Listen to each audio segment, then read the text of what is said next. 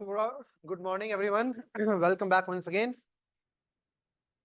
on this online class and offline class of ISC, जहाँ पर हम भारतीय संविधान और राज्य व्यवस्था का अध्ययन कर रहे हैं।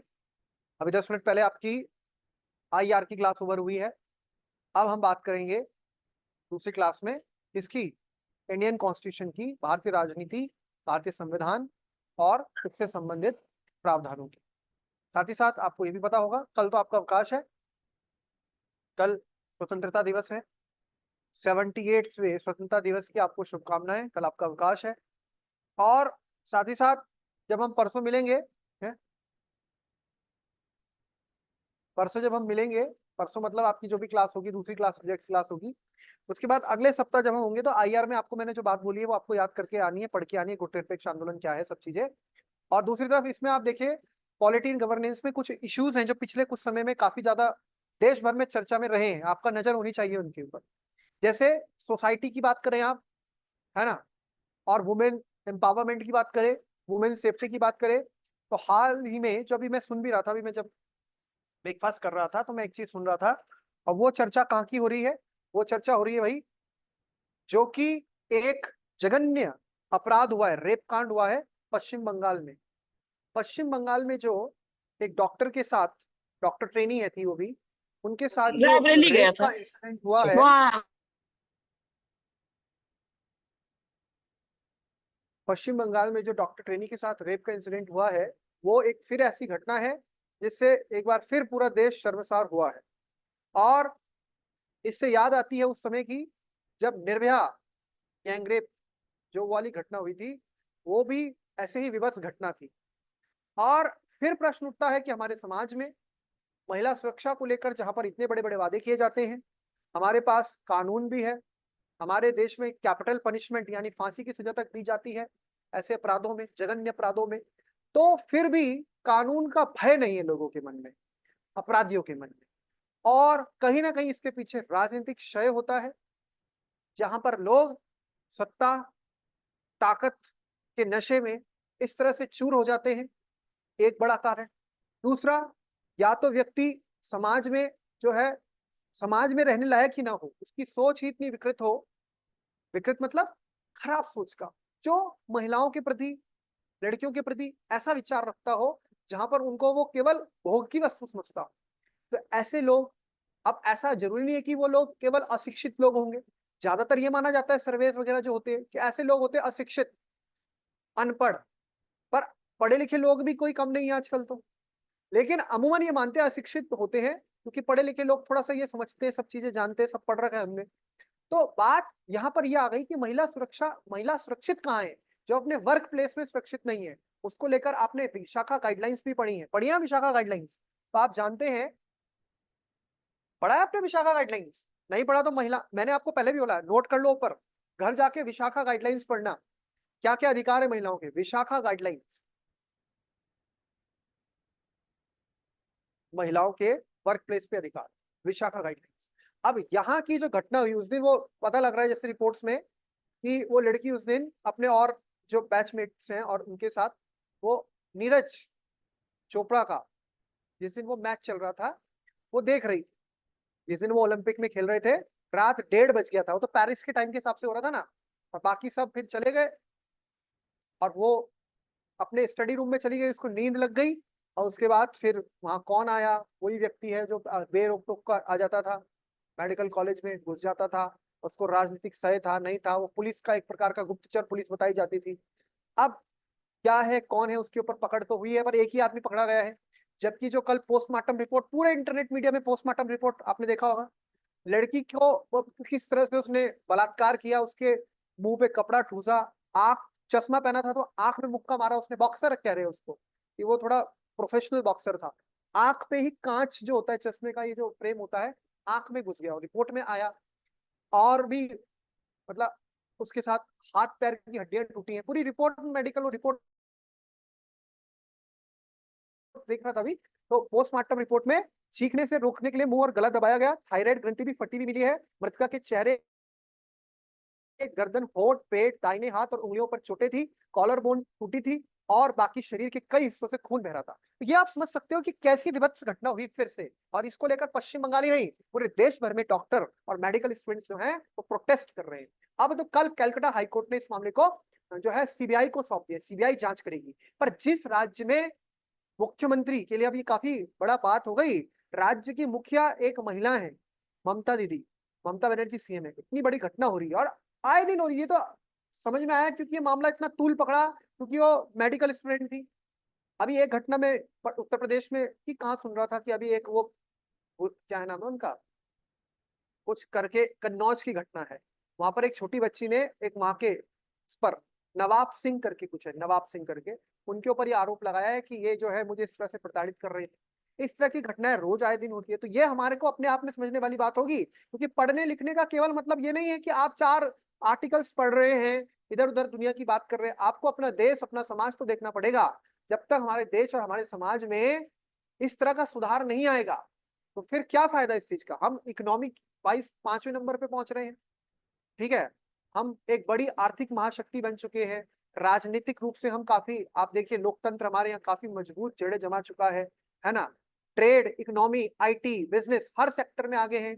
लेकिन सोसाइटी कैसी है हमारी, हमारी सोसाइटी इतनी अनसेफ क्यों है महिलाओं के लिए, बच्चों के लिए या अन्य वर्गों के लिए। ये हमारे लिए एक बहुत बड़ी सोचने वाली बात होनी चाहिए। तो अपने आप में आप देखिए, और मामला इतनी बड़ी बात है कि मामला दबाने के लिए पुलिस पहले मामला ही रजिस्टर नहीं कर रही थी और बाद में उन्हें बोला कि इसको रफा दफा कर दो। कई जगह तो ऐसा होता है, पैसा वैसा दे देते हैं। कई जगह पहले हम ये केस पढ़ते थे कि रेप विक्टिम के साथ ही लड़की की शादी कर दी जाती थी, बोलते थे अब तो तुम्हारा जीवन खराब हो गया, अब तुम इसी लड़के के साथ शादी करो, जिस व्यक्ति ने रेप किया है उसके साथ ही शादी करो। ये कौन सा वो है फैसला। तो हम देखते हैं कि समाज हमारा जो है, अभी भी जो मानसिकता है लोगों की, वो अभी भी उस तरह की है कि जहां पर दोषी हमेशा महिला को ही माना जाता है। यहाँ पर भी दोषी, अगर रेप हो गया किसी महिला का तो उसमें भी दोष उसका है, जबकि इसमें दोष किसका है, जिसने रेप। तो यहाँ पर ये देखिए कितनी बड़ी समस्या की बात। तो सोचिएगा, इसको पढ़िएगा और सोसाइटी में आपके लिए एक बहुत इंपॉर्टेंट टॉपिक बनेगा ये। इसके ऊपर काफी आर्टिकल्स पब्लिश हुए, आज द हिंदू, इंडियन एक्सप्रेस, आप देखिएगा पूरा जगह इसको खंगाला गया है, लल्लन टॉप में इसके बारे में बताया गया है पूरा, सौरभ द्विवेदी जी का। तो सब आप देखिएगा, उससे आपको काफी इंफॉर्मेशन इस संबंध में मिलेगी और जानकारी आपको होनी चाहिए। विशाखा गाइडलाइंस से आपको पता नहीं है, विशाखा गाइडलाइंस आपको पढ़नी है। चलिए अब आ जाइए वापस अपने टॉपिक पे। हम लोग बात कर रहे थे पार्लियामेंट की, संसद की। संसद में हम लोग पहुंच चुके थे, लोकसभा में। अब हम जब संसद में बात कर रहे थे तो आज बात करेंगे हम संसद में यहाँ के पीठासीन अधिकारियों की। तो हम संसद में बात कर रहे थे राज्यसभा की, संसद में बात कर रहे थे लोकसभा की। हम अगर राज्यसभा में बात करते हैं तो पीठासीन अधिकारी, यहाँ पर कल हम बात स्टार्ट, हमने यहीं पे छोड़ी थी बात, यहाँ पर होते हैं चेयरमैन और डेप्यूटी चेयरमैन। आप हिंदी में बोलेंगे इनको क्या, सभापति महोदय,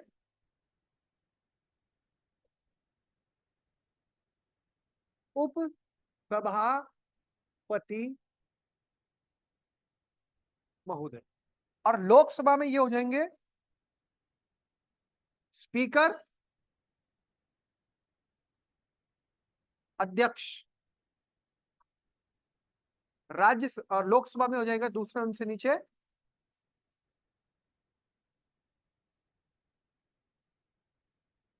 उपाध्यक्ष। ये सब होते हैं जो कि चेयर करते हैं। इनके लिए एक शब्द, मतलब शब्द हम क्या बोलते हैं ऑफिशियली, चेयर। चेयर मतलब कुर्सी, जो ऊपर बैठे हैं। अब इनमें सबसे पहली बात हमें ध्यान रखनी है कि ये जो चारों ऑफिस हैं, चारों, इनके बारे में पहला पॉइंट, इन चारों में एक ऐसा व्यक्ति होता है जो कि संसद का सदस्य नहीं होता। ठीक है, जब हम बात करते हैं स्पीकर की लोकसभा में, तो स्पीकर ऑफ लोकसभा कौन होता है, जो उसी हाउस का मेंबर होता है। यानी लोकसभा का जो स्पीकर बनेगा, अध्यक्ष बनेगा, वो वही होगा जो लोकसभा का मेंबर हो। और लोकसभा का डिप्टी स्पीकर भी जो होगा वो लोकसभा का मेंबर होगा। मतलब जो नई लोकसभा का गठन होता है, जैसे 543 सांसद आए, इन 543 में से ही कोई एक बनेगा स्पीकर और कोई एक बनेगा डेप्यूटी स्पीकर। यानी कि जो लोकसभा के स्पीकर और डिप्टी स्पीकर होते हैं वो लोकसभा के ही मेंबर होते हैं। उन्हीं मेंबर्स में से स्पीकर और डिप्टी स्पीकर बनता है। फॉर एग्जाम्पल अभी लोकसभा के जो स्पीकर हैं वो हैं ओम बिरला। तो ओम बिरला लोकसभा के स्पीकर हैं, लेकिन वो स्पीकर के साथ साथ लोकसभा के मेंबर भी हैं। क्या है? लोकसभा के मेंबर भी हैं। और आता कैसे है? क्या होता है इनका चुनाव? क्या होता है? चुनाव। लोकसभा के अध्यक्ष पद के लिए चुनाव होता है, उपाध्यक्ष के लिए भी चुनाव होता है। मैंने आपको बताया था कि लोकसभा का अध्यक्ष पद और उपाध्यक्ष पद, ये क्योंकि बहुत ही महत्वपूर्ण पद है, संवैधानिक पद है। कैसा पद है ये? संवैधानिक। कैसा है? कॉन्स्टिट्यूशनल। क्या? पीलो पीलो। आर्टिकल 93 जब आप पढ़ेंगे तो आप देखेंगे अनुच्छेद 93। तो संवैधानिक पद होता है के कारण हमें यहाँ पर बात जाननी है कि जो अध्यक्ष और उपाध्यक्ष है इनके पास काफी शक्तियां हैं, काफी सारा दायित्व है, और इनकी भूमिका सदन को चलाने में, न केवल चलाने में, सुचारू रूप से चलाने में, संसद में प्रॉपर बहस हो, हर एक बिल पर, एक एक कथन पर, एक एक पॉइंट पर चर्चा हो, संसद में जब भी विश्वास अविश्वास प्रस्ताव आता है उसको लेकर, यानी कई मामलों में आप देखिए। और सबसे इंपॉर्टेंट मनी बिल को लेकर कि मनी बिल है या नहीं, that is to be decided by the speaker of Lok Sabha. बहुत इंपॉर्टेंट रोल इनका हो जाता है। तो हम बात किसकी कर रहे हैं? लोकसभा के अध्यक्ष और उपाध्यक्ष की। तो पहली बात मैंने क्या बताई कि लोकसभा के अध्यक्ष और उपाध्यक्ष संवैधानिक पद है। कैसे पोस्ट है? कॉन्स्टिट्यूशनल। दूसरी बात मैंने बताई, लोकसभा के अध्यक्ष और उपाध्यक्ष को लोकसभा, जैसे ही नई लोकसभा का गठन होता है, नई लोकसभा अपने अध्यक्ष और उपाध्यक्ष का तुरंत क्या करती है? चयन करती है। दोनों संवैधानिक पद है। तीसरी बात यह है, लोकसभा का अध्यक्ष और उपाध्यक्ष के मामले में ये एक पहले सिस्टम था, बोलते तो हम चयन करना, लेकिन शुरुआत में 10 लोकसभा तक तो ऐसा होता था कि अध्यक्ष और उपाध्यक्ष दोनों उस पद पर सत्तारूढ़ दल, जिस दल की सरकार है, जिस पार्टी की सरकार है, उसी से कोई व्यक्ति आके उसका पद संभालता था। 11वीं लोकसभा से परंपरा बदली, मतलब परंपरा है, ये कानून में नहीं लिखा है, संविधान में नहीं लिखा है, परंपरा ये बन गई है कि अब ये होता है कि जो अध्यक्ष होता है वो सत्तारूढ़ दल से होता है, जिस पार्टी की क्या है? सरकार। और जो उपाध्यक्ष होता है वो कहा क्या होता है? विपक्ष पार्टी से, विपक्षी। ये परंपरा है, आवश्यक नहीं है इसका पालन होगा, आवश्यक, ये तोड़ा भी जा सकता है, लेकिन ये परंपरा बन गई है। कब से बनी है? 11वीं लोकसभा से। तो परंपरा बन गई है, तो परंपरा ही नियम में बदल जाती है, पर संविधान में नहीं लिखा है, तो ध्यान रखें। तो अध्यक्ष हो गया और उपाध्यक्ष हो गया, ध्यान रखना है आपको। आर्टिकल मैंने आपको बताया 93, और ये भी आपको बताया कि ये दोनों चुने जाते हैं। क्या होते हैं? दोनों चुने जाते हैं। अब बड़ी बात ये आती है जो कल मैं आपको बता रहा था, फिलहाल हमें ध्यान रखना है कौन सी पोस्ट नहीं चल रही है अभी? उपाध्यक्ष। पिछली लोकसभा से और अभी ये लोकसभा भी अब शुरू हो चुकी है, अभी उपाध्यक्ष का पद क्या है? खाली चल रहा है। लगातार ये पद पिछले 5 साल वैकेंट रहा, और जो है अब अभी भी ये पद भरा नहीं गया है, जिसको बहुत जल्दी भरे जाने की संभावना, अगले सेशन तक ये ऑफिस फिल कर दिया जाएगा। तो अब ये चर्चा में रहेगा, न्यूज़पेपर पढ़ते रहिएगा। लोकसभा उपाध्यक्ष कौन बनेगा? उपाध्यक्ष क्या होती है उसकी शक्तियां? क्या वही शक्तियां होती है अध्यक्ष की जैसी? उसके ऊपर अभी हम आगे आते हैं, तो ये आपको ध्यान रखना है। आ जाइए इधर। तो मेरा प्रश्न ये था कि इनमें से कोई एक ऐसा ऑफिस होता है जो उस हाउस का मेंबर नहीं होता, ऐसा ऑफिस है। अब हम बात करते हैं लोकसभा के उपसभापति की। तो लोकसभा का उपसभापति कौन होता है? लोकसभा का उपसभापति वो होता है जो लोकसभा का ही, सॉरी लोकसभा कह रहा हूं, राज्यसभा। राज्यसभा का उपसभापति कौन होता है? राज्यसभा का उपसभापति वो होता है जो कि राज्यसभा का ही मेंबर होता है। क्या होता है? राज्यसभा का ही मेंबर। यानी ये लोकसभा का अध्यक्ष उपाध्यक्ष लोकसभा के मेंबर है। राज्यसभा का उपसभापति के नीचे कौन है? मतलब सभापति के नीचे कौन है? उपसभापति। ये भी क्या है? वहां का मेंबर। राज्यसभा का क्या है? ये मेंबर। यानी राज्यसभा अपने मेंबर्स में से ही किसी एक व्यक्ति को, किसी एक सदस्य को अपने उपसभापति के रूप में चुनती है। उनका काम वही है जो काम सभापति का है। जब सभापति अनुपस्थित रहेंगे तो उपसभापति संभालेंगे, जब अध्यक्ष उपस्थित रहेंगे उपाध्यक्ष संभालेंगे। नाउ द क्वेश्चन इज, अब ये जो सभापति है राज्यसभा के, ये वो व्यक्ति हैं जो कि संसद के सदस्य ही नहीं। अब हमने आपसे पूछा था निम्नलिखित में से कौन संसद का सदस्य नहीं होता, और 4 ऑप्शन यही आते हैं: सभापति राज्यसभा, उपसभापति राज्यसभा, लोकसभा अध्यक्ष, लोकसभा उपाध्यक्ष। तो लोकसभा अध्यक्ष हो, लोकसभा उपाध्यक्ष हो, राज्यसभा का उपसभापति हो, तीनों मेंबर ऑफ पार्लियामेंट है। ये राज्यसभा से है, ये दोनों लोकसभा से हैं। लेकिन राज्यसभा का सभापति पार्लियामेंट का मेंबर नहीं होता। तो पार्लियामेंट का मेंबर नहीं होता तो क्या होता है फिर?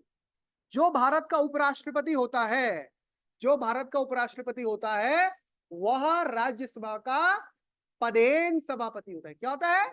पदेन सभापति। पदेन का मतलब क्या है? जो व्यक्ति भारत का उपराष्ट्रपति बनेगा, केवल उसी को ये संवैधानिक अधिकार है कि वो राज्यसभा के सभापति के रूप में कार्य करेगा। यानी राज्यसभा अपना सभापति नहीं चुनती है, ध्यान रखिए। लोकसभा अपना अध्यक्ष चुनती है, लोकसभा अपना उपाध्यक्ष चुनती है, राज्यसभा अपना उपसभापति चुनती है, लेकिन राज्यसभा अपना सभापति नहीं चुनती। राज्यसभा का सभापति अपने आप वो बन जाएगा जो भारत का उपराष्ट्रपति होगा। अतः इस आधार पर हम बोल सकते हैं इन चारों में से जो सभापति है वह संसद का सदस्य नहीं। पहली बात।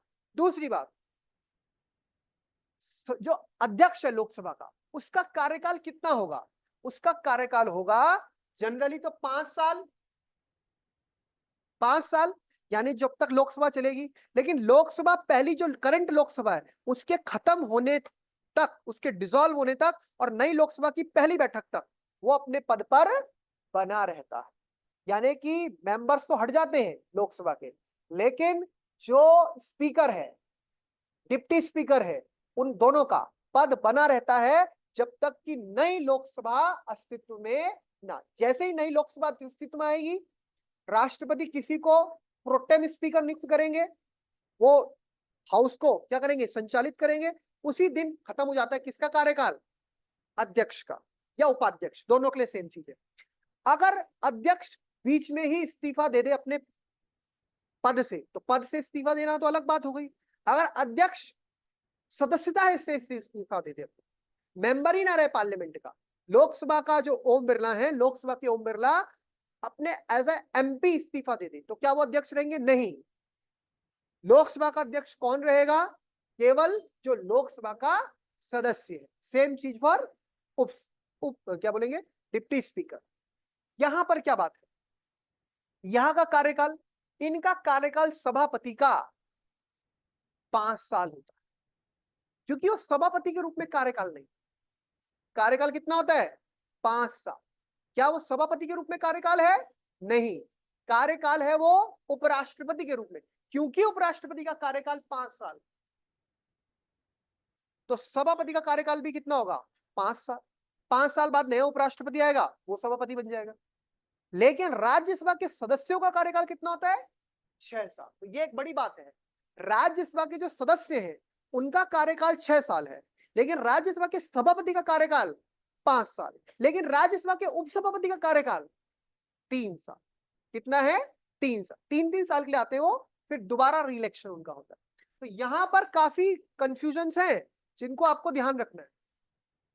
6 साल सदस्य, जो राज्यसभा के सदस्य होते हैं वो 6 साल के लिए चुने जाते हैं।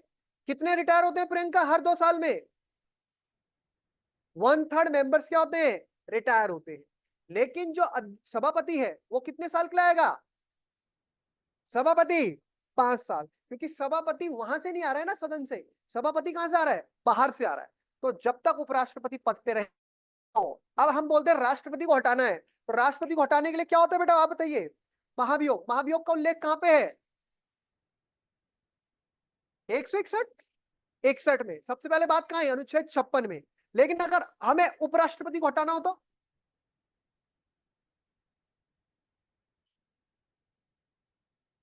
उपराष्ट्रपति को हटाना हो तो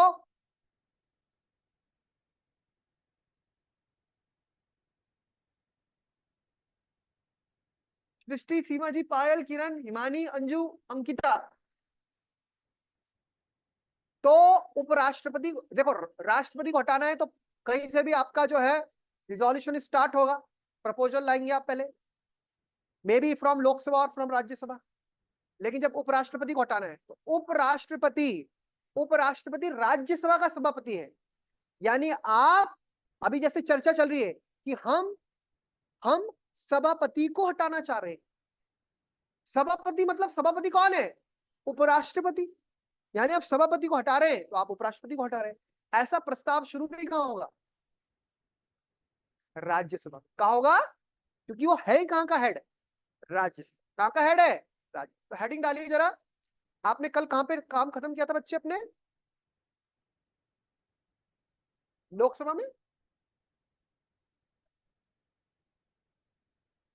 कहां तक पहुंच गए थे, जल्दी बताओ। अच्छा, मैंने सारी लोकसभा लिखा दी थी। अच्छा, एक स्टार पॉइंट बनाओ उसी के आगे, आज की तारीख डाल देना, आज 14 अगस्त 2024।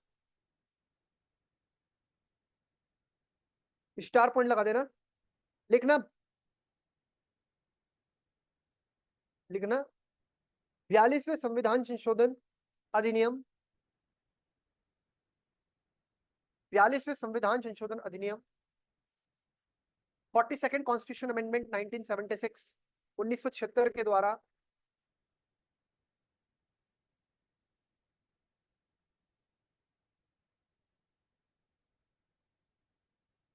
1976 के द्वारा लोकसभा की अवधि,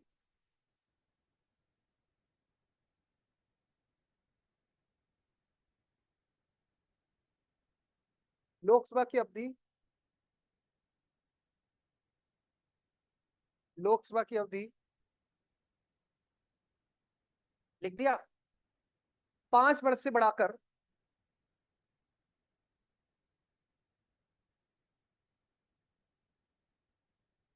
लोकसभा की अवधि 5 वर्ष से बढ़ाकर 6 वर्ष कर दी गई थी। है 5 वर्ष से बढ़ाकर 6 वर्ष सर कर ये दी गई। राज्यसभा लिख रहे हैं कि लोकसभा लिख रहे हैं हम? लोकसभा, लोकसभा। राज्यसभा तो अभी शुरू भी नहीं हुआ। कहीं शुरू हुआ था राज्यसभा? नहीं, लोकसभा। राज्यसभा पहले हो तो चुका है, राज्यसभा तो खत्म हो गया। लोकसभा, लोकसभा की अवधि 5 वर्ष से बढ़ाकर 6 वर्ष कर दी गई। यानी आपको ये पता होना चाहिए कि कब की बात है ये, 1976। संविधान में ही संशोधन कर दिया गया। इंदिरा गांधी जी ने बोला लोकसभा आपसे 5 साल की नहीं होगी, आपसे लोकसभा कितनी होगी? 6 साल। देखो, 5 साल से हटा के 6। न केवल लोकसभा बल्कि राज्य की विधानसभाओं को भी, जो राज्य में विधानसभाएं होती है ना स्टेट की, जैसे उत्तराखंड, यूपी, अलग अलग राज्य, इनकी विधानसभाओं का सामान्य कार्यकाल कार्यकाल कितना है? 5 साल। उसको बढ़ा के कितना कर दिया गया? 6 साल। कितना कर दिया गया? याद रहेगी बात तो लिखिए। 42वें संविधान संशोधन अधिनियम 1976 के द्वारा लोकसभा की अवधि 5 वर्ष से बढ़ाकर 6 वर्ष कर दी गई।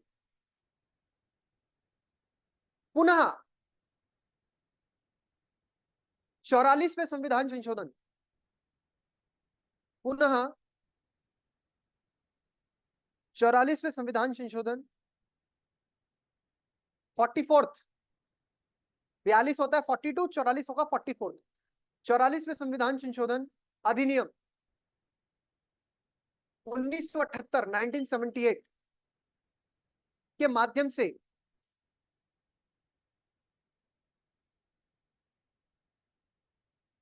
लोकसभा की अवधि पुनः 5 वर्ष कर दी गई। पुनः 5 वर्ष कर दी। जरा एक चीज ध्यान देना बच्चों, कभी क्वेश्चन बन के आ जाए। देखो सामान्यतः संविधान में कितना लिखा है? 5 वर्ष। 5 वर्ष कब तक? कब से? जैसे ही लोकसभा का गठन होता है, अपनी पहली बैठक से 5 साल। इंदिरा गांधी जी के समय पर 42वां संविधान संशोधन हुआ, जिसमें पता नहीं क्या क्या चीजें चेंज हो गई, बहुत सी चीजें चेंज हुई। 42nd कॉन्स्टिट्यूशन अमेंडमेंट एक्ट, ये कब हुआ? 1976 में। उस समय क्या चल रहा था देश में? इमरजेंसी चल रही थी। इमरजेंसी कौन से आर्टिकल के तहत लगी हुई थी? आर्टिकल 352 के तहत। किसके तहत लगी हुई थी?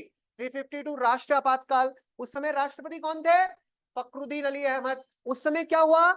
1976 में इमरजेंसी चल रही थी, 1975 से 1977, और आखिरी चुनाव हुआ था 1971।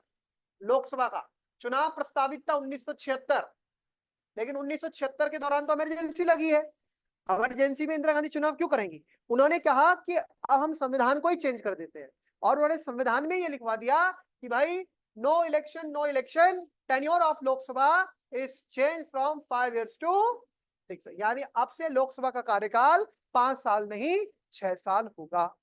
तो ये उन्होंने बढ़ाया, और फिर उन्होंने दोबारा बढ़ाया था वो, लेकिन उसी बीच फिर उनको ऐसा एहसास होने लगा ये गड़बड़ हो रहा है, कुछ ज्यादा ही हो रहा है, ओवर हो गया ये, हमें तुरंत क्या करना चाहिए, इमरजेंसी हटानी चाहिए। इमरजेंसी हटाई, उसके बाद जब इलेक्शन हुए 1977 के चुनाव में कांग्रेस पार्टी डिफीट हो गई, हार गई, और जनता पार्टी की सरकार आई, माहौल बन गया था पूरे देश में। तो अब जनता पार्टी की सरकार कब आई? 1977 में क्या आई? जनता पार्टी की सरकार आई, और जनता पार्टी की सरकार आई तो मोरारजी भाई देसाई थे। मोरारजी भाई देसाई की सरकार ने अमेंडमेंट किया। कब किया? 1978 में। कौन सा अमेंडमेंट है? 44th। इसमें बोला कि जो इंदिरा जी ने लिखा था ना 5 से 6 साल, गलत है वो, वापस हम उसको 6 से कितना करते हैं? 5। तो लिख दीजिए दोनों प्रधानमंत्रियों के नाम। एक, इंदिरा गांधी ने 42वां संविधान संशोधन किया, इंदिरा गांधी की सरकार द्वारा 42वां संविधान संशोधन किया गया।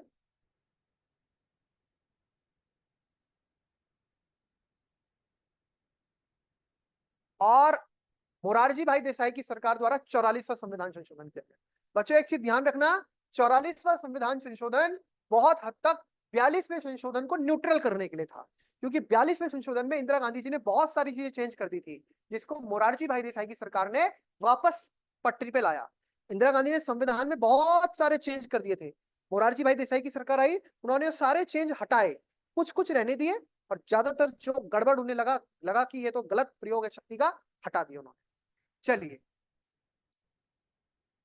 नेक्स्ट हेडिंग डालिए, एक बात नहीं, हेडिंग डालिए लोकसभा के पदाधिकारी।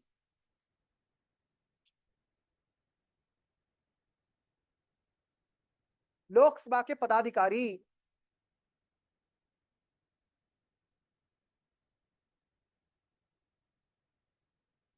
लिखिएगा, भारतीय संविधान के अनुच्छेद 93 से लेकर 97 तक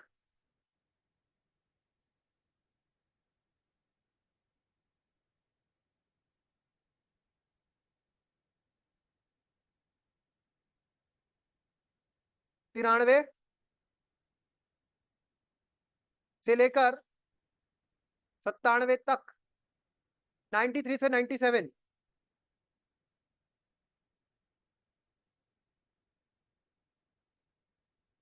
तक लोकसभा अध्यक्ष एवं उपाध्यक्ष, लोकसभा अध्यक्ष एवं उपाध्यक्ष के प्रावधान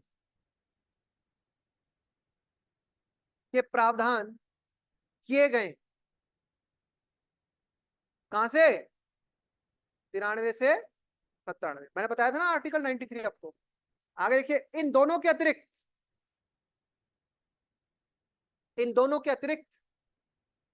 एक पैनल भी नियुक्त किया जाता है।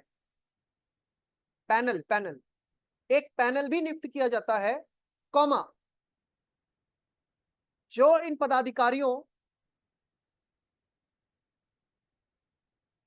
पदाधिकारियों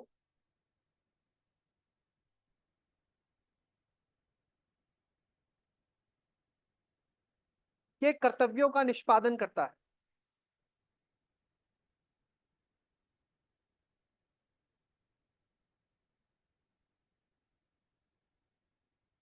पदाधिकारियों के कर्तव्यों का निष्पादन करता है।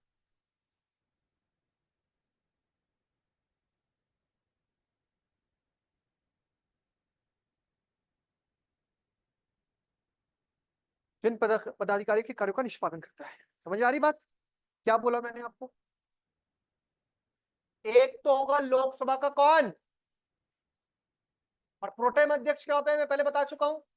एक तो होगा लोकसभा का अध्यक्ष, एक होगा उपाध्यक्ष, और अध्यक्ष बनाएंगे एक पैनल। क्या बनाएंगे?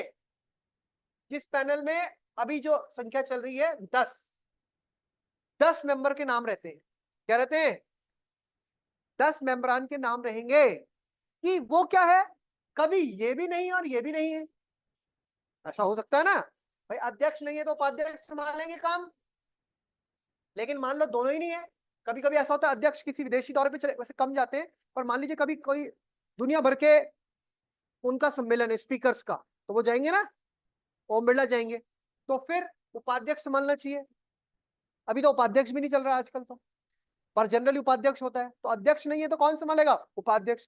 अब ऐसी स्थिति आ गई कि अध्यक्ष नहीं है और उपाध्यक्ष की तबीयत खराब है और कोई इमरजेंसी हो गई, नहीं हो पा रहे, नहीं कर पा रहे काम, तो फिर 10 मेंबर रहते हैं पैनल में। उन मेंबर्स में से जो लोग हैं, अब वो मेंबर कौन होते हैं? वही पार्लियामेंट के मेंबर। उनका एक पैनल बना रहता है 10 लोगों का, कि भाई अगर कभी ऐसी स्थिति आ जाए कि दोनों ऑफिस में नहीं है, दोनों अपना काम नहीं संभाल पा रहे हैं किसी कारण से अस्थायी समय के लिए, तो फिर जो चेयर करेगा लोकसभा को, वो ये पैनल के सदस्य करेंगे। तो इनके नाम लिखे रहते हैं बारी बारी की, ये आएंगे। चलिए लिख लीजिए, आपने लिख दिया। अब हेडिंग डालिए अध्यक्ष एवं उपाध्यक्ष। अध्यक्ष एवं उपाध्यक्ष, पहला पॉइंट, लोकसभा का अध्यक्ष, लोकसभा का अध्यक्ष लोकसभा का सदस्य होता है।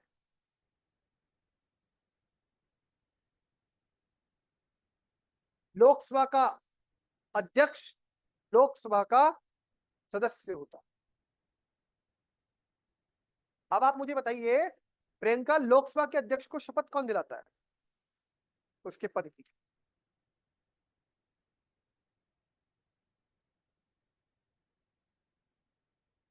हाँ भाई, लोकसभा के अध्यक्ष को उनके पद की शपथ कौन दिलाएगा? बच्चे, लोकसभा के अध्यक्ष पद की कोई शपथ नहीं होती, वो केवल शपथ किस चीज की लेते हैं? As a member of Lok Sabha. जो कौन दिला देता है उन्हें पहले ही? Pro tem speaker. किसने दिला दी थी? प्रियंका, प्रोटेम स्पीकर को राष्ट्रपति दिलाते हैं, प्रोटेम स्पीकर बाकी सबको दिलाते हैं, प्रोटेम स्पीकर ही अध्यक्ष का इलेक्शन करवाते हैं, और प्रोटेम स्पीकर ही इलेक्शन का रिजल्ट डिक्लेयर करते हैं, और प्रोटेम स्पीकर ही फिर उनको चेयर में लाके अपनी जगह से हट जाते हैं और वापस नीचे बैठ जाते हैं। ठीक है ना? हाँ, प्रोटेम को राष्ट्रपति ने, तो इनके पद के लिए कोई स्पेशल शपथ नहीं होती, एज अ मेंबर ये शपथ लेते हैं। तो लिखिए, लोकसभा अध्यक्ष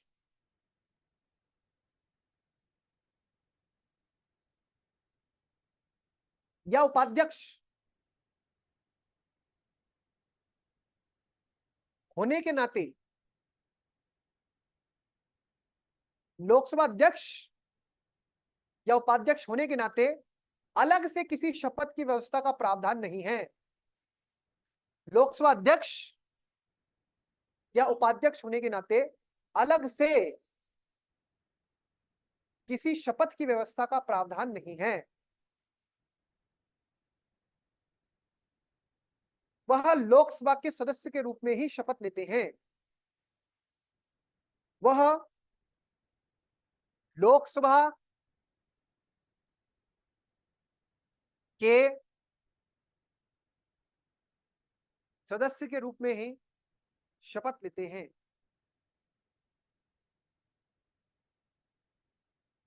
सर रिपीट कर दीजिए।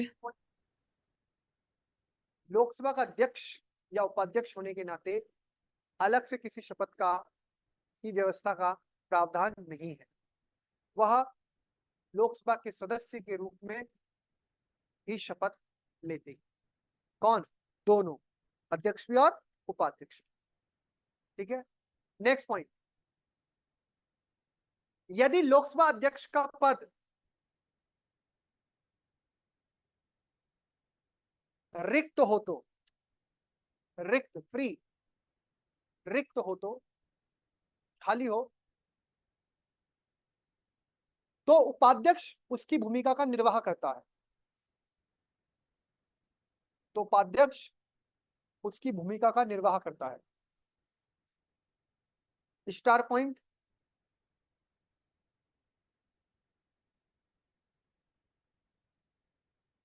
स्टार पॉइंट, लोकसभा के पहले अध्यक्ष सबको पता है,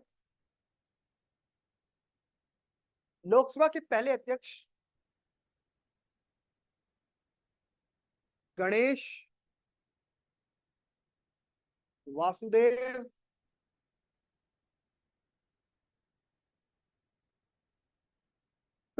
मावलंकर थे।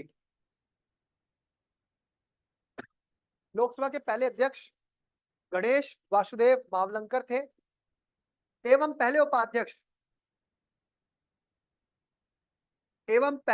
उपाध्यक्ष अनंत शयनम अयंगार।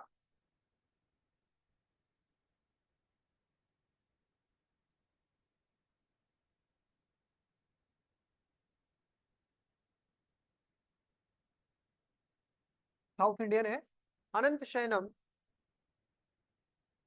अयंगर,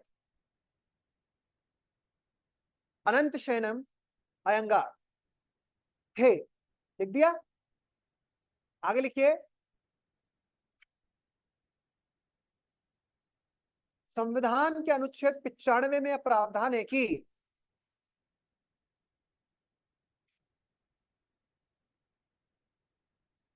संविधान के अनुच्छेद 95 में प्रावधान है कि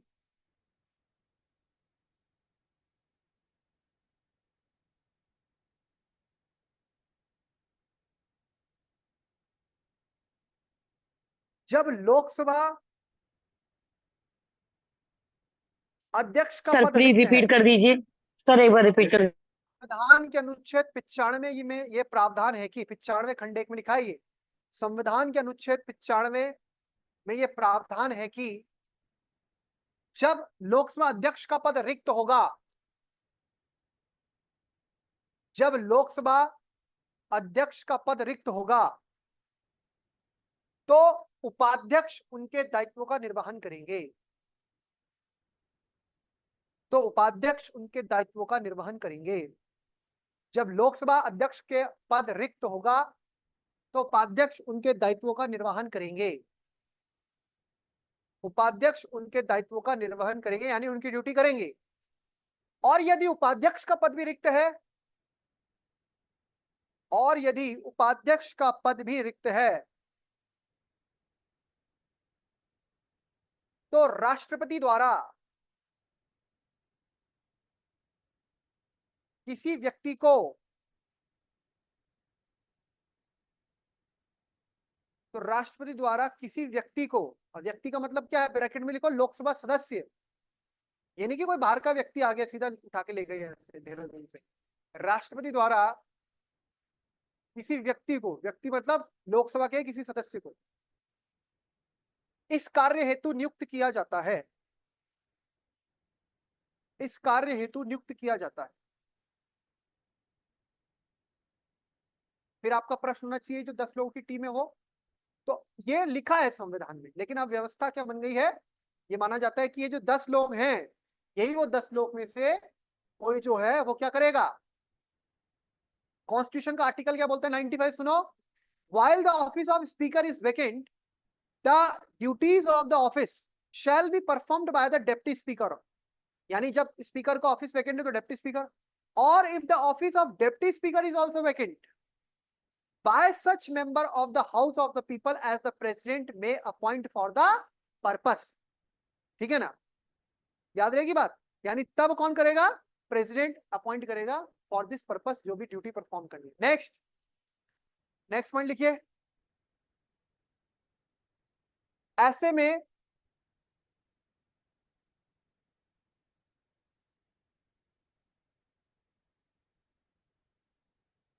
लोकसभा अध्यक्ष की भूमिका, ऐसे में लोकसभा अध्यक्ष की भूमिका में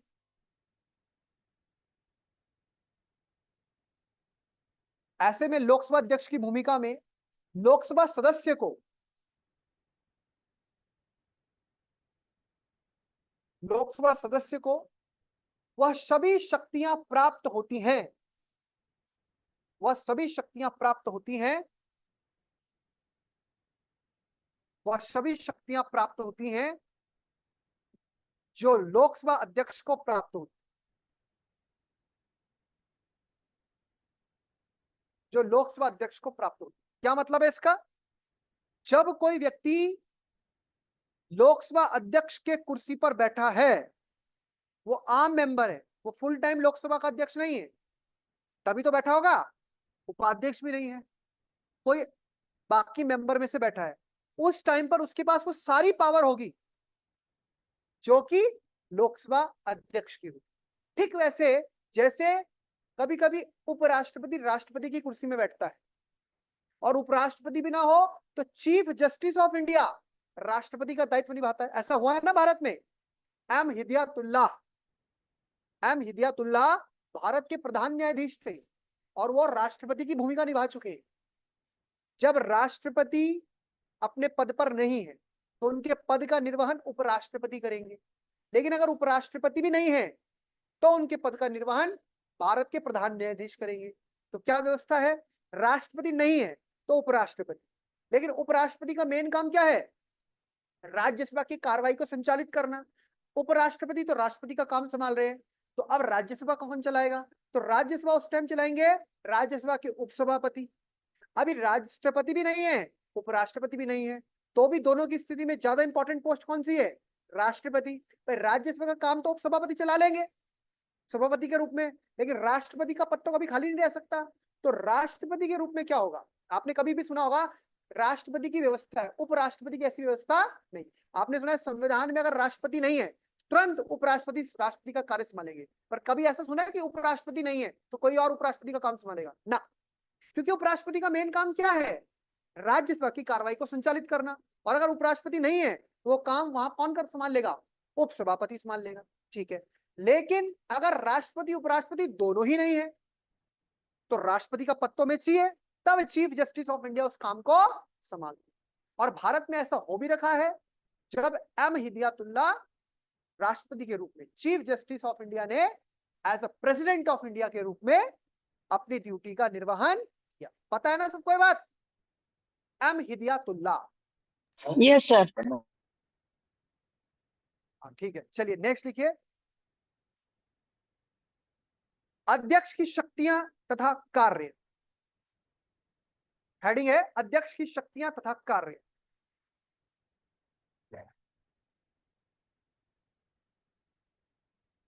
यानी लोकसभा अध्यक्ष बहुत पावरफुल होता है, बहुत पावरफुल। मुझे याद आ रहा है एक किस्सा आधार बिल का, और सरकार की बहुत किरकिरी भी हुई, लोगों ने प्रश्न भी उठाए क्या है भाई, ये तो दुरुपयोग कर रहे हैं आप शक्ति का।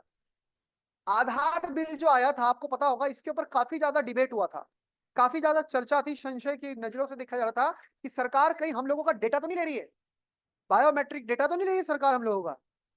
ठीक है ना, तो बायोमेट्रिक डेटा मतलब आपको पता है आधार में तो हमारे फिंगरप्रिंट है, हमारे इरिस पिपल का पूरा वो है ना, सबको रिकॉर्ड गवर्नमेंट के पास है। तो इसको लेकर एक माना गया कि ये डेटा प्राइवेसी का कहीं ये ना हो कि चलो सरकार ले तो ठीक है सिक्योरिटी मेजर्स हैं, लेकिन कहीं डेटा लीक हो जाए, इधर उधर किसी गलत हाथ में चला जाए तो फिर कुछ भी हो सकता है। पता लगा विकेश के अकाउंट से पैसे गायब हो गए, तो ये क्या होगा, ऐसी स्थिति में तो दिक्कत हो जाएगी। विकेश ने आई वाला पासवर्ड लगा रखा है, फिंगरप्रिंट लगा रखे हैं, पासवर्ड ही आ गया सरकार के पास तुम्हारा, है ना, सब कुछ सरकार ने ओपन कर दिया, है ना, कॉन्फिडेंशियल कुछ नहीं रहा। तो राइट टू प्रिवेसी जो है अनुच्छेद 21, उसका तो महत्व ही नहीं रह गया। क्यों किरण, क्या से क्या हो गया, देखते देखते अनुच्छेद 21 जो है गायब हो गया। तो फिर ये मामला चर्चा में था। अब ऐसे में था कि सरकार के पास लोकसभा में तो बहुमत था और राज्यसभा में बहुमत है, राज्यसभा में गड़बड़ हो सकती थी, इसको बिल को समर्थन ना मिलता। सुमित्रा महाजन थी उस वक्त लोकसभा की अध्यक्ष, नाम सुना है सुमित्रा महाजन, दूसरी महिला, पहली महिला नहीं, पहली महिला मीरा कुमार, दूसरी महिला अध्यक्ष। तो सुमित्रा महाजन ने अपनी शक्ति का प्रयोग करते हुए, शक्ति शक्ति शक्तिमान, और कौन सी शक्ति है उनके पास कि वो किसी भी बिल को, ये कोई चैलेंज नहीं होगा, लोकसभा अध्यक्ष के पास ये ब्रह्मास्त्र की शक्ति है कि वो किसी भी बिल को मनी बिल डिक्लेयर कर सकते। अगर मनी बिल एक बार डिक्लेयर हो गया, कोई विधेयक धन विधेयक है या नहीं, is to be decided by Lok Sabha speaker. और जैसे ही वो मनी बिल डिक्लेयर हो गया तो लोकसभा की तो पावर रह गई उसमें, राज्यसभा की शक्ति तो बिल्कुल शून्य हो गई। तो आधार वाला जो कानून आया है ना, आधार बिल, वो मनी बिल के रूप में आया। विपक्ष का दिमाग घूम गया, आधार कानून मनी बिल, ये कैसे मनी बिल हो सकता है? पूछना कुछ नहीं है, बोलना कुछ नहीं है, हमने बोल दिया हो सकता है, हो गया। मतलब ऐसा कौन बोल रहा है? मैं नहीं बोल रहा हूँ, लोकसभा अध्यक्ष। तो उन्होंने कहा इसमें मनी मुनी वाली बात कहां से आ रही है?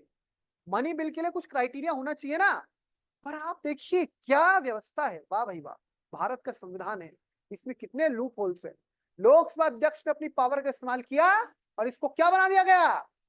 मनी। और मनी बिल जैसी बनाए, अब राज्यसभा चाहे हाँ करे चाहे ना करे, चलनी तो लोकसभा की है, और लोकसभा में सरकार के पास बहुमत है। हो गया विकेस पास बिल। ठीक है, तो अब आपको समझ में आ रहा होगा। अब हम शक्तियों पे आ रहे हैं, इसीलिए जरा ध्यान दीजिएगा। लिखिए पहला पॉइंट,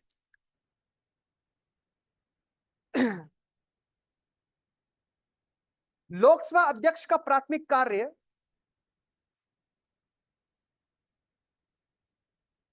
लोकसभा अध्यक्ष का प्राथमिक कार्य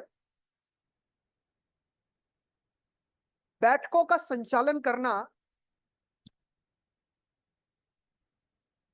बैठकों का संचालन करना तथा तथा कार्रवाई को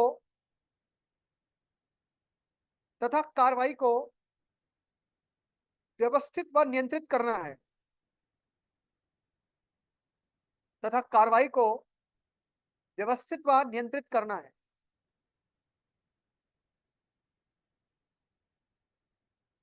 पूर्ण विराम। मतभेद की अवस्था में अध्यक्ष का निर्णय, मतभेद की अवस्था में अध्यक्ष का निर्णय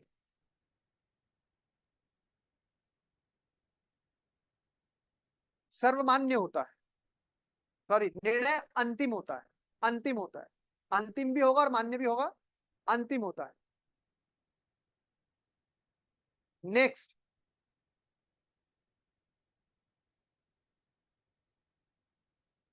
नेक्स्ट लिखिए, कोई विधेयक धन विधेयक है या नहीं,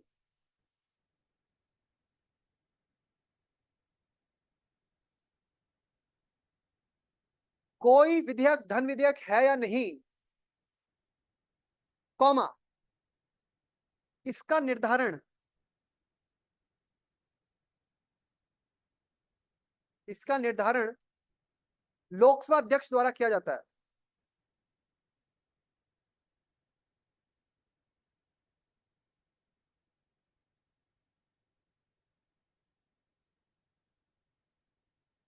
इसका निर्धारण लोकसभा अध्यक्ष द्वारा किया जाता है। नेक्स्ट, दोनों सदनों में किसी विधेयक के संदर्भ में, दोनों सदनों में किसी विधेयक के संदर्भ में, विधेयक समझ रहे हैं ना, बिल के संदर्भ में गतिरोध की स्थिति में, गतिरोध होता है डेडलॉक, गतिरोध की स्थिति में,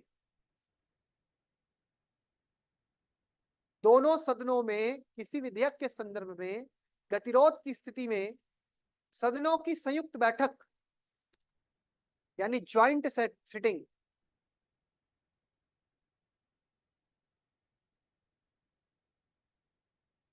एक होता है ज्वाइंट सेशन, एक होता है ज्वाइंट सिटिंग, 108 में जो है, दोनों सदनों में किसी विधेयक के संदर्भ में गतिरोध की स्थिति में सदनों की संयुक्त बैठक यानी ज्वाइंट सिटिंग की अध्यक्षता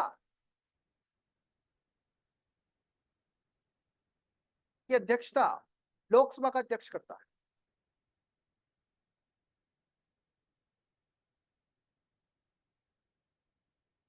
नेक्स्ट, किसी प्रस्ताव के,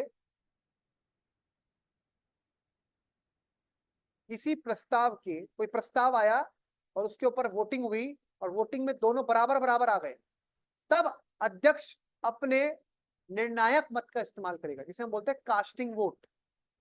सुना होगा आपने, मतलब सत्ता पक्ष ने, मतलब पक्ष ने भी हाँ बोला और विपक्ष ने भी हाँ वो बोल दिया, विपक्ष ने ना बोल दिया, और दोनों का मत आ गया 50-50, तो ना तो हाई हुआ ना नहीं हुआ। अब उसके ऊपर है कि अगर वो हाँ वालों की तरफ चला जाएगा तो वो 51 हो जाएगा, ना वालों की तरफ हो जाएगा तो वो 51 हो जाएगा। तो वो जो डिसाइड करेगा वो वैसा होगा। तो और इसीलिए ये अध्यक्ष का पद इंपॉर्टेंट होता है, समझ लो। तो दोनों, हाँ क्या लिखा, किसी प्रस्ताव के पक्ष व विपक्ष में बराबर मत पड़ने पर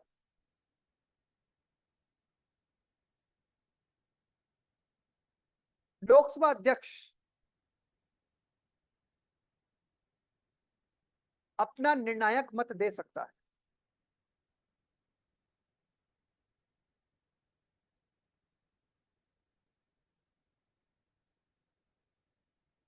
अपना निर्णायक मत दे सकता है, पूर्ण विराम।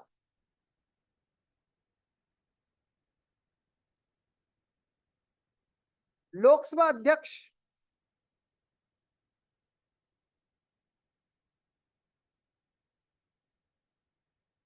यह भी तय करता है कि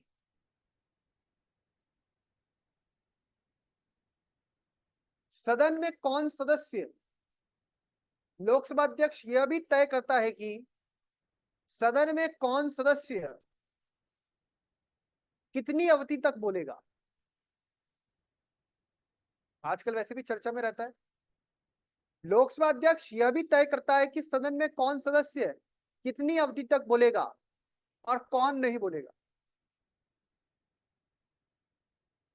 यानी कि तुम बोलोगे लोकसभा में, नहीं बोलोगे, ये डिसाइड कौन करेगा, लोकसभा का अध्यक्ष। वैसे होता कैसे होगा ऐसा?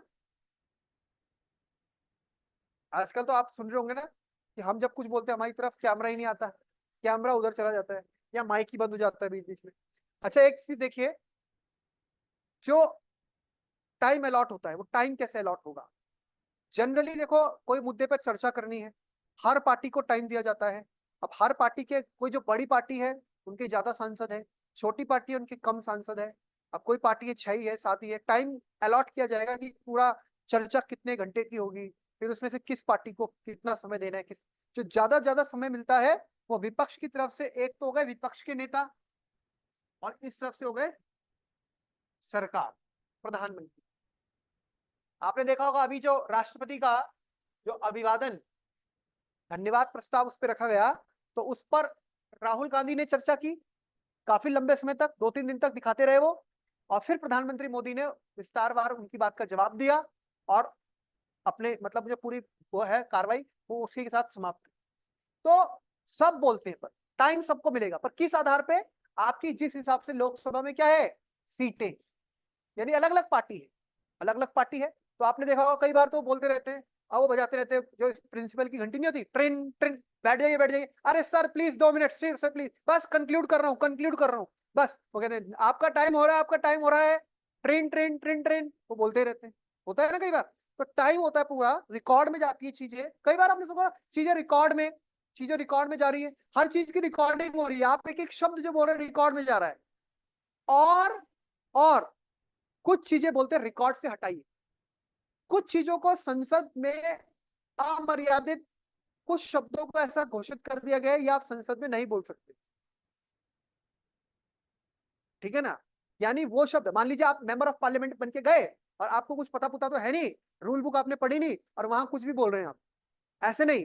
कुछ कुछ शब्द है उसको लोकसभा अध्यक्ष और पूरा पैनल बैठ के ये डिसाइड करता है। सचिवालय उनका नीचे देखा होगा, अध्यक्ष के नीचे पूरे ऐसे टेबल बैठे रहते हैं, सचिवालय, उसमें आईएएस ऑफिसर, सारे ब्यूरोक्रेट्स, बड़े बड़े सब लोग रहते हैं और सारे नेता नुता तो पीछे रहते हैं सत्ता पक्ष विपक्ष के।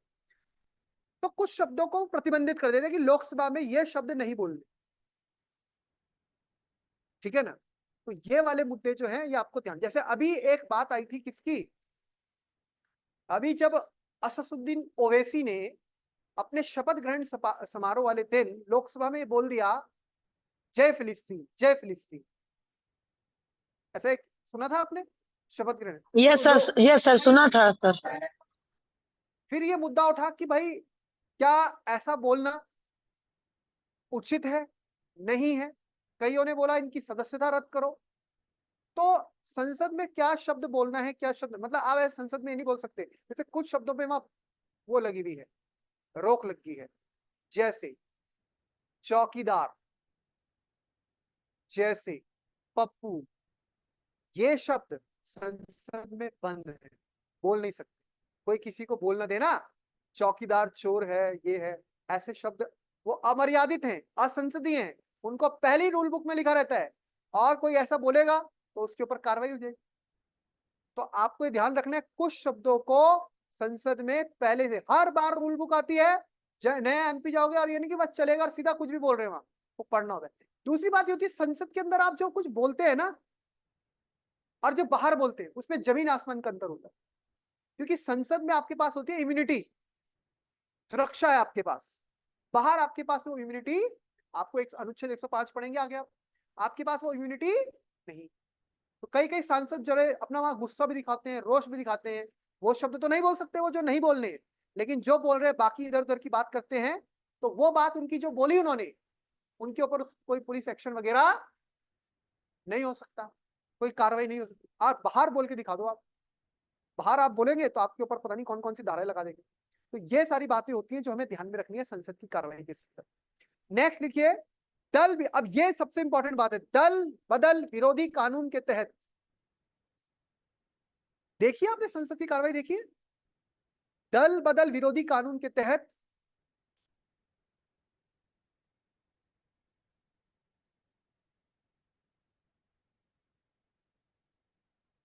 क्योंकि संसद में देखो आपने अलग अलग स्थिति भी देखी होगी। एक दिन क्या हुआ, पिछली बार की बात है, राहुल गांधी जी उठे,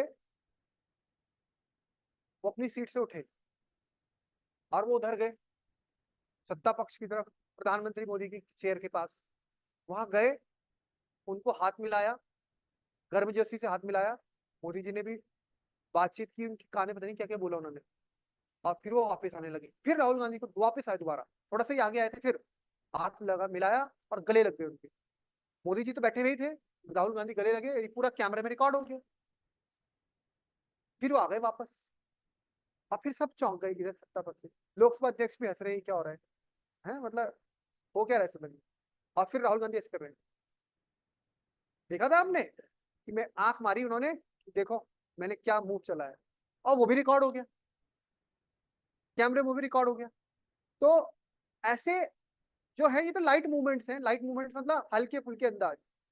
दूसरी बात क्या होती है, कई बार, एक बार पेपर पेपर स्प्रे कांड हुआ था, आपको पता है हमारे सदन में क्या होता है। एक बार 2007-8 की बात होगी, कोई मिर्ची पाउडर लेके आ गया सदन में, सुना होगा आपने कांड, और उसने मिर्च का स्प्रे कर दिया, सारे सांसदों की आंखों में मिर्ची मिर्ची लग गई, ये क्या हुआ। ऐसा भी हो रहा है हमारे सदन में। और कई बार क्या होता है, वो जो कागज वागज होते हैं उसकी बॉल बॉल बना देते हैं, और वो अध्यक्ष की तरफ ऐसे ऐसे सर मारते हैं। सर ऐसा भी कई होता है। बार ये भी एक बार और हुआ था सर मारपीट हुई थी, सब मेज के नीचे घुस गए थे, आपस में मारपीट भी किए थे। ये सर शायद उत्तर प्रदेश की घटना है, टाइम नहीं बता पाएंगे, उस समय हम छोटे थे, एक थे में। जी सर, विधानसभा की है, मायावती थी सर, जी जी मायावती थी उस समय, जी। विधानसभा की है ये। तो अगर ये काम ये बाहर कर दे तो क्या क्या हो जाएगा सदन के अंदर। सदन एक ऐसी चीज है, वहां अंदर कुछ भी करो, छूट मिली हुई है। हाँ, अब सख्ताई, हाँ वो तो पत्रकारों को भी बंद कर दिया है। प्रभु चावला का मैं सुन रहा था, पहले सेंटर, पहले आम आदमी भी जाता था जाने का, तो अभी अभी बीच में इन्होंने कोविड के दौरान रोका था, उसके बाद मुझे नहीं पता इन्होंने दोबारा चालू किया नहीं किया। हम लोग भी जा सकते थे, पर पास बनता है, एंट्री पास, हम ऊपर से देख सकते हैं, पत्रकार बैठते हैं लोकसभा में या विधानसभा, देहरादून में भी आप यहाँ विधानसभा में जा सकते हैं। लेकिन कोविड के दौरान ये बंद हुआ था, क्योंकि कोविड में तो आपको पता है लोग ज्यादा वो नहीं था। अब उसके बाद पता नहीं इन्होंने क्या कर रखा है, क्या चेंज कर रखा है। तो इस तरह की, आपको पता है हमारी संसद में हमला भी हो रखा है, घटना हुई थी, पेपर वेपर, एक बार पैसे वैसे के कांड आया कि ब्रीफ केस गए पूरे पैसों के, पैसे के। तो ये सारे मामले हैं जो लेकिन सदन के अंदर एक प्रकार का संसद भवन वो है जहाँ ना पुलिस घुस सकती ना कुछ हो सकता, तो एक प्रकार का पूरा का उनको इम्यूनिटी मिली है, तो वो अपनी मन मर्जी का, मुझे लगता है जो घर में नहीं कर पाते या जगह जगह नहीं कर पाते वही करते हो। चलिए कोई बात नहीं, आगे लिखिए, आगे लिखिए। कोई तो सो भी जाते हैं वहां, कई कई जगह सो जाते हैं वहां। लिखिए, दल बदल विरोधी कानून के तहत अध्यक्ष का काम हो गया जैसे टीचर का है, और वो सदस्य हो गए जैसे स्टूडेंट, और टीचर डांटते रहेंगे, और स्टूडेंट, कोई कोई स्टूडेंट सो भी जाते हैं कभी कभी, तो फिर उनको हड़काना पड़ता है। अब वो मर्यादा नहीं रखते, तो वो सोचते हैं यही वो जगह है जहां हम खुल के उनका बस चले तो वहां गुलमुंडी भी खेले हो, और वो तो थोड़ा ये है कि कैमरा रहता है। देखिए, दल बदल विरोधी कानून के तहत, दल बदल विरोधी कानून के तहत लोकसभा अध्यक्ष को यह अधिकार है कि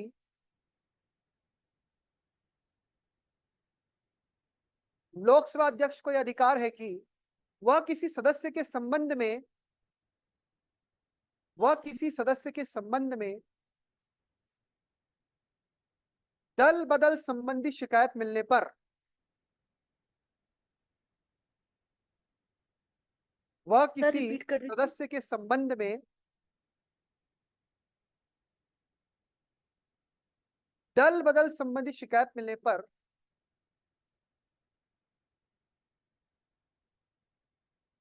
उसकी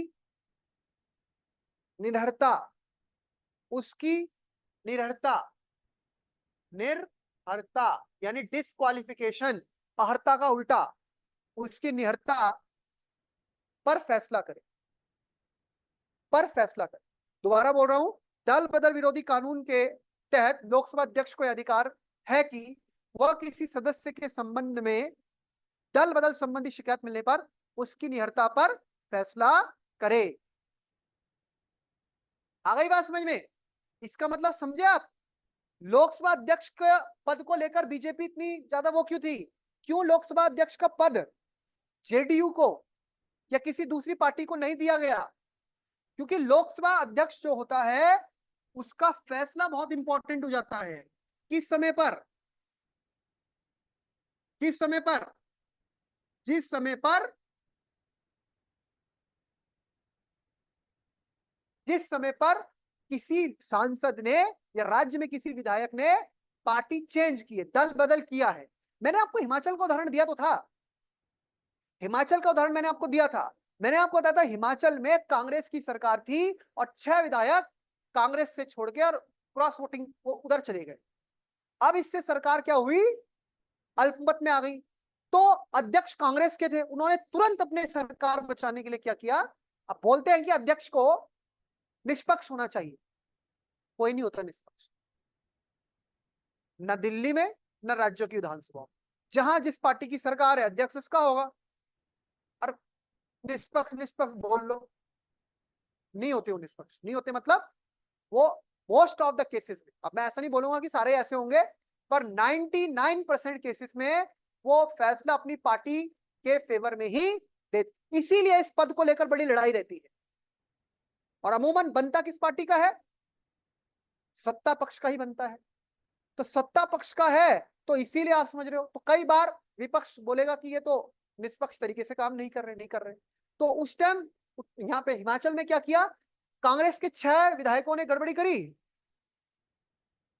जो विधानसभा अध्यक्ष, ये लोकसभा अध्यक्ष तो सेंटर में हो गया, राज्य में विधानसभा, उन्होंने उन 6 के 6 सदस्यों की सदस्यता, इससे जो बहुमत है वहां की 68 सीटें 68 है, वो कितने पे आ गई? 62 पे। कम हो गई ना सीटें, तो अब उसके हिसाब से बहुमत चाहिए। इसीलिए अब ये 240 सीटें है ना भाजपा की, और बाकी आपको जेडीयू उनका अलग अलग का वो मिला हुआ। अब मान लीजिए कल के मन में अध्यक्ष बना दे किसी और पार्टी के उसको, और कल के दिन यही कुछ मामला आ गया, कुछ सदस्य इधर से उधर हो गए, कुछ भी गड़बड़ किया जा सकता है। विपक्ष का काम तो यही होगा, जैसे भाजपा करती है दूसरे शासित राज्यों में, तो सेंटर में वो भी कर सकता है, या दूसरे राज्यों में गैर भाजपा सरकारें भी वो गैर भाजपा की पार्टी कर सकती है। तो ऐसी स्थिति में मेन फैसला किसका हो जाता है? तो अध्यक्ष के पद को लेकर रहता है बहुत ज्यादा घमासान। और इसीलिए अब आप ये सारे पॉइंट देखते हुए समझ रहे होंगे क्यों बीजेपी ने ये पद ओम बिरला को ही दिया, या ओम बिरला को भी नहीं देते तो अपनी पार्टी के किसी सदस्य को देते, ना कि सहयोगी पार्टी जेडीयू को भी नहीं दिया, और वो कौन सी थी? टीडीपी, टीडीपी को भी नहीं, ये आपको, क्योंकि इनका फैसला इंपॉर्टेंट। फिर बात आती है गणपूर्ति की। गणपूर्ति होती है कोरम। किरण कितना होता है कोरम? वेरी गुड, 1/10 कितना होता है? यानी कि आपके अगर कम से कम इतने सदस्य नहीं मौजूद होंगे तो सदन की कार्रवाई संचालित है, सब छुट्टी पे चलेगा, सदन चला रहे। लिखिए, लोकसभा की बैठक के लिए यदि लोकसभा की बैठक के लिए यदि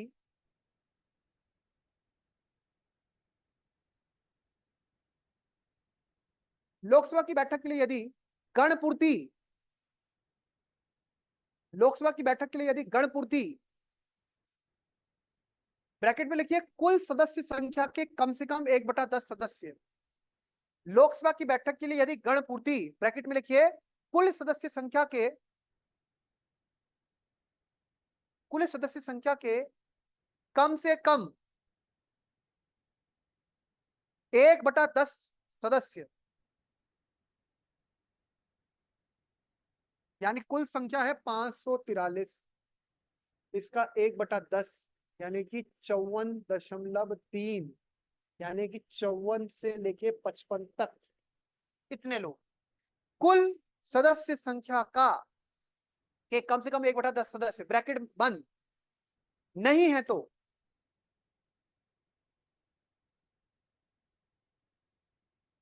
बैठक तब तक के लिए स्थगित कर दे, नहीं है तो बैठक तब तक के लिए स्थगित कर दे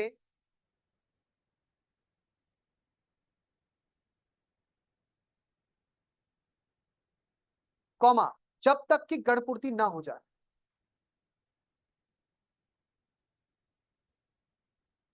जब तक कि गणपूर्ति ना हो जाए।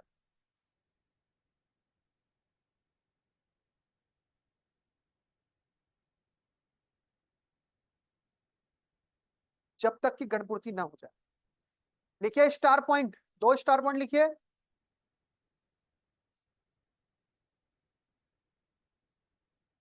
अध्यक्ष अथवा उपाध्यक्ष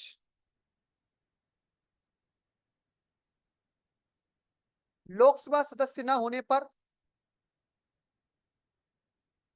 अपना पद रिक्त कर देगा। ये बताया मैंने आपको कि वो ही बनेगा व्यक्ति जो उस सदन का सदस्य होगा। अध्यक्ष एवं उपाध्यक्ष लोकसभा सदस्य न होने पर अपना पद रिक्त कर देगा। सेकंड पॉइंट, अध्यक्ष उपाध्यक्ष को और उपाध्यक्ष अध्यक्ष को, अध्यक्ष उपाध्यक्ष को और उपाध्यक्ष अध्यक्ष को अपना त्यागपत्र दे सकता है।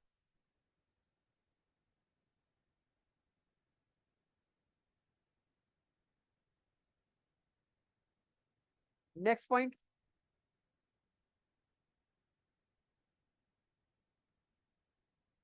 नेक्स्ट पॉइंट लिखिए। अध्यक्ष उपाध्यक्ष, अध्यक्ष स्लैश उपाध्यक्ष दोनों के लिए एक ही चीज चल रही है, इसलिए अलग अलग नहीं लिखना पड़ेगा। अध्यक्ष स्लैश उपाध्यक्ष तत्कालीन समस्त सदस्यों के बहुमत से, तत्कालीन समस्त सदस्यों के बहुमत से, समस्त सदस्यों के बहुमत से संकल्प पारित करके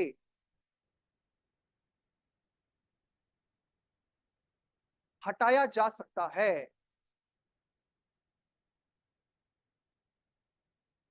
तत्कालीन समस्त सदस्यों के बहुमत से संकल्प पारित करके हटाया जा सकता है, कॉमा सिर्फ उपस्थित और मतदान करने वाले सदस्यों के बहुमत से नहीं। सिर्फ उपस्थित एवं सर रिपीट कर मतदान, दीजिए। दोबारा कर रहा हूं बेटा, सिर्फ उपस्थित और मतदान करने वाले सदस्यों के बहुमत से नहीं। दोबारा सुनो, अध्यक्ष या उपाध्यक्ष को हटा रहे हम तो इसके लिए क्या होगा, तत्कालीन समस्त सदस्यों के बहुमत से संकल्प पारित करके हटाया जा सकता है। तत्कालीन समस्त सदस्यों के बहुमत से संकल्प पारित करके हटाया जा सकता है, कॉमा सिर्फ उपस्थित और मतदान करने वाले सदस्यों के बहुमत से नहीं।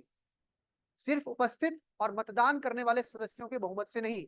लेकिन ऐसा कोई भी संकल्प लाने के लिए कम से कम 14 दिन पहले आपको सूचित करना पड़ेगा। तो आगे लिखिए, संविधान के अनुच्छेद 94 में प्रावधान है कि, संविधान के अनुच्छेद 94 94 94 में यह प्रावधान है कि लोकसभा एक संकल्प पारित करके, संविधान के अनुच्छेद 94 में प्रावधान है कि लोकसभा एक संकल्प पारित करके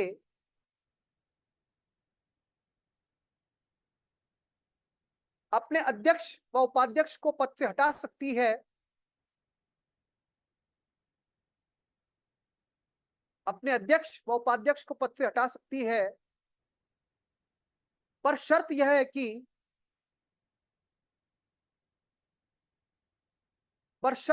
कि इस संबंध में कम से कम 14 दिन पूर्व, पर शर्त यह है कि इस संबंध में कम से कम 14 दिन पूर्व उन्हें इस बाबत सूचित किया जाए। इस संबंध में कम से कम 14 दिन पूर्व उन्हें मतलब जिन्हें हटा रहे हैं आप, चाहे अध्यक्ष है चाहे उपाध्यक्ष है, 14 दिन पूर्व इस बाबत सूचित किया जाए। इस बाबत मतलब इस बारे में सूचित किया जाए। नेक्स्ट स्टार पॉइंट, बस लास्ट के 2 पॉइंट रह गए। नेक्स्ट स्टार पॉइंट है लोकसभा अध्यक्ष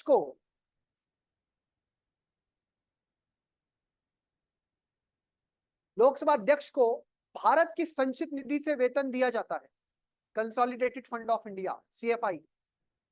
लोकसभा अध्यक्ष को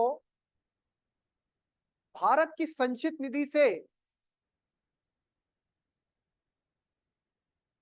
वेतन दिया जाता है, यानी इस संबंध में कोई मतदान पार्लियामेंट में नहीं होगा, चर्चा हो सकती है। कंसोलिडेटेड फंड CFI, लोकसभा अध्यक्ष को भारत की संचित निधि से वेतन दिया जाता है और इस संबंध में संसद में कोई मतदान नहीं होता है, यानी ये तो आपको देना ही देना है, और इस संबंध में संसद में उस पर मतदान नहीं होता। आगे हम पढ़ेंगे क्या होते हैं अलग अलग फंड। कंटिंजेंसी फंड क्या होता है, कंसोलिडेटेड फंड क्या होता है, इमरजेंसी फंड क्या होता है, प्रधानमंत्री राहत कोष क्या होता है। नेक्स्ट लास्ट पॉइंट है आज के लिए, लोकसभा में उसके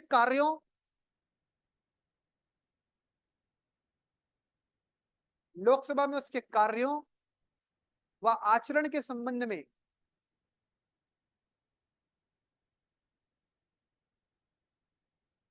ना तो चर्चा की जा सकती है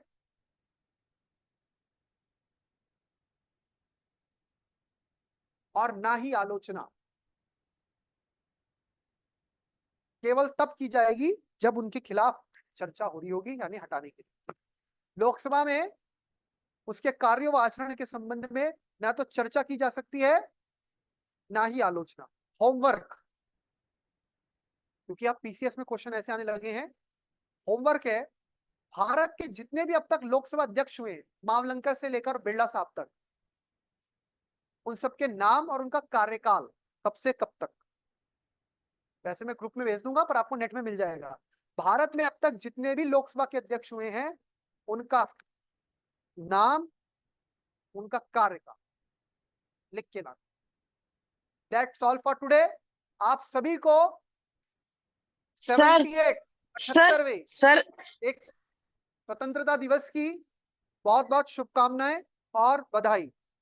कल आपका अवकाश रहेगा, ये आपको पहले ही सूचित होगा। अगली क्लास आपकी परसों होगी, ठीक है। हाँ बोलिए सीमा जी। सर मेरी एक हेल्प कर दीजिए सर, कल और आज की हम पहला पीरियड नहीं ले पाए, तो सर अगर किसी बच्चे से ग्रुप में आप डला दीजिए सर, इतनी मदद कर दीजिए, कोई दिक्कत थी सर। जरूर, बिल्कुल बिल्कुल। Oh thank you sir, thank you. Vikesh आप इस संबंध में जो वो है फोटो लेके ग्रुप में डाल दीजिए। धन्यवाद। विकेश फटाफट फोटो डाल दो बेटा।